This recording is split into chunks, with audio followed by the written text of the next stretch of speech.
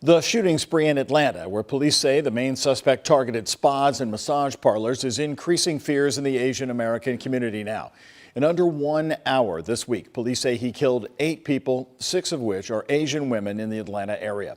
Right now, law enforcement isn't calling it a hate crime, but it sheds light on recent attacks against Asian Americans nationwide. Tonight, Gabrigadis is talking to Louisville advocates. With hate crimes and that kind of thing, no one that is committing these crimes are aware if you're adopted or biologically connected to the Asian community. They see you as, what your race is. Piper Shiflett is in 9th grade at DuPont Manual High School. She's adopted, but her roots trace back to South Korea.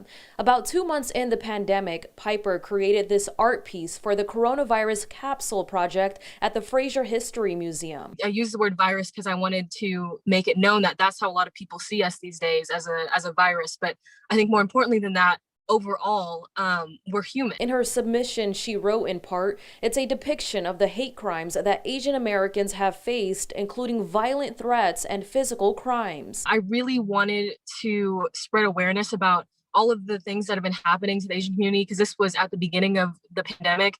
So not a lot was being shared about all of the hate crimes going on. Atlanta spa shootings shed light on a recent wave of attacks against Asian Americans since the coronavirus entered the U.S. According to the Center for Study of Hate and Extremism at California State University, hate crimes against Asian Americans jumped 149% from 2019 to 2020 in 16 of America's largest cities. Within the last year, Piper says she's received hate messages online. It was completely devastating when I heard about the shootings in Atlanta. I think that this is one of the worst things that has happened to our community in a very long time.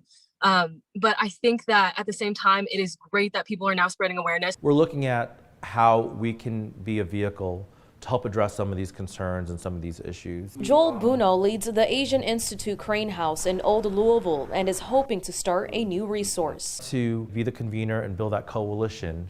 Because honestly, right now, I don't think if a hate crime happened here in Louisville, people would know where to go. To build that coalition, the Crane House is working with their local partners at the FBI, ACLU, and Office of Globalization.